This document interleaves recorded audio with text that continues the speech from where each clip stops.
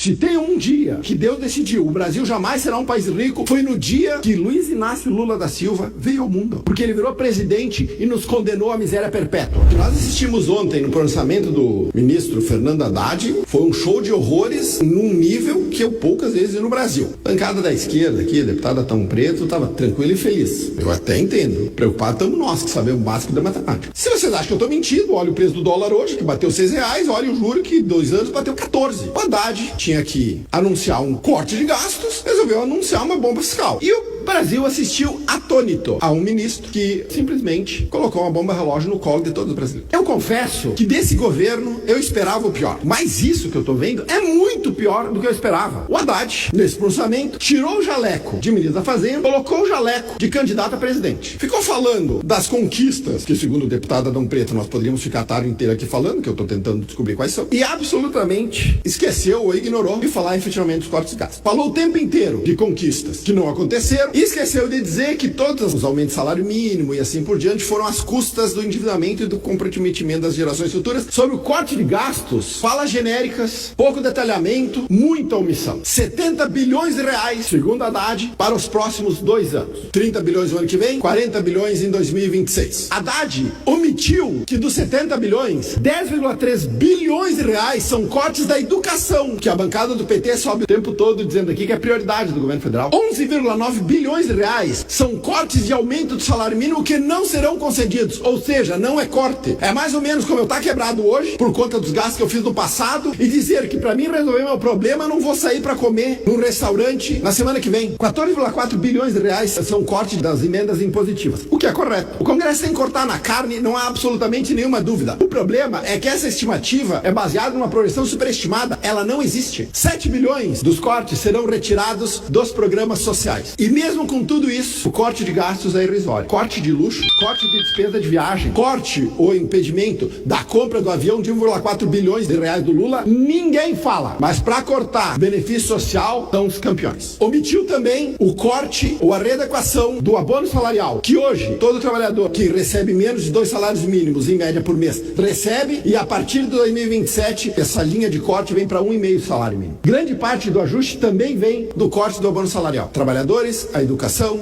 e os pobres pagarão a conta dos luxos e do desajuste fiscal desta bancada aqui, sobre a isenção de quem ganha até 5 salários mínimos. Um desvio e uma omissão. Omissão. O Haddad vai limitar a dedução e imposto de renda dos gastos com educação, saúde, odontologia, fisioterapia. É isso. Grande parte da isenção do imposto de renda para quem ganha acima de 5 mil reais será feita às custas da classe média. De novo, para conseguir colocar uma cortina de fumaça nessa palhaçada, o Haddad anuncia que os famosos super ricos, ou seja, aqueles que ganham acima de 50 mil reais, passarão a pagar uma alíquota mínima de imposto de renda de 10%. 50 mil reais por mês, 600 mil reais por ano ou 100 mil dólares. No Brasil, é super rico. Nos Estados Unidos, um gerente de farmácia ganha 100 mil dólares por ano. Um podólogo ganha 100 mil dólares por ano. Um assistente de equipe médica ganha 100 mil dólares por ano. No Brasil, super ricos. O Haddad não faz a mínima ideia do tamanho da bronca. Ele não sabe quanto vai custar a isenção até 5 mil reais e tampouco não sabe calcular quanto os famosos super ricos vão pagar a tal da isenção de imposto de renda. Uma coisa já todo mundo sabe. Ninguém que conheça matemática básica acredita no rombo fiscal que o Haddad anunciou ontem será coberta pelo pagamento de super ricos. Isso aí é pra enganar trouxa. Essa fala do Haddad é pra atiçar a militância que não sabe matemática básica. A verdade é que ontem o Brasil se aproximou um pouquinho mais do precipício, um pouquinho mais perto de nós chegarmos a um ponto sem volta na curva de endividamento público. E a deputada Luciana Genro, logo eu saí daqui, disse que a minha fala é típica de quem protege os ricos. A política econômica deles produz miséria e pobreza em escala industrial. O meu sonho é de que a classe média tenha o padrão de vida dos super ricos hoje. De que um podólogo ou uma podóloga ganhe 600 mil reais por ano. Mas com essa política econômica aqui, a pobreza brasileira, ela é inevitável. E esse é o maior problema do Brasil. A América Latina tem 30 países. 15 deles são mais ricos que o Brasil. Tem um padrão de vida melhor. O mundo tem 188 países. 85 deles têm um padrão de vida melhor que o nosso. O problema do Brasil é a pobreza criada, mantida e perpetuada pela incompetência e essa política econômica caótica e desastrosa que esse bando incompetente insistem em impingir o Brasil. O Lula é o maior flagelo que esse país já teve. Se tem um dia que Deus decidiu o Brasil jamais será um país rico, foi no dia que Luiz Inácio Lula da Silva veio ao mundo. Porque ele virou presidente e nos condenou à miséria perpétua. E depois que ele sair da presidência, e vai sair da presidência em 2027, tenho certeza, nós ficaremos anos corrigindo os desequilíbrios e as distorções produzidas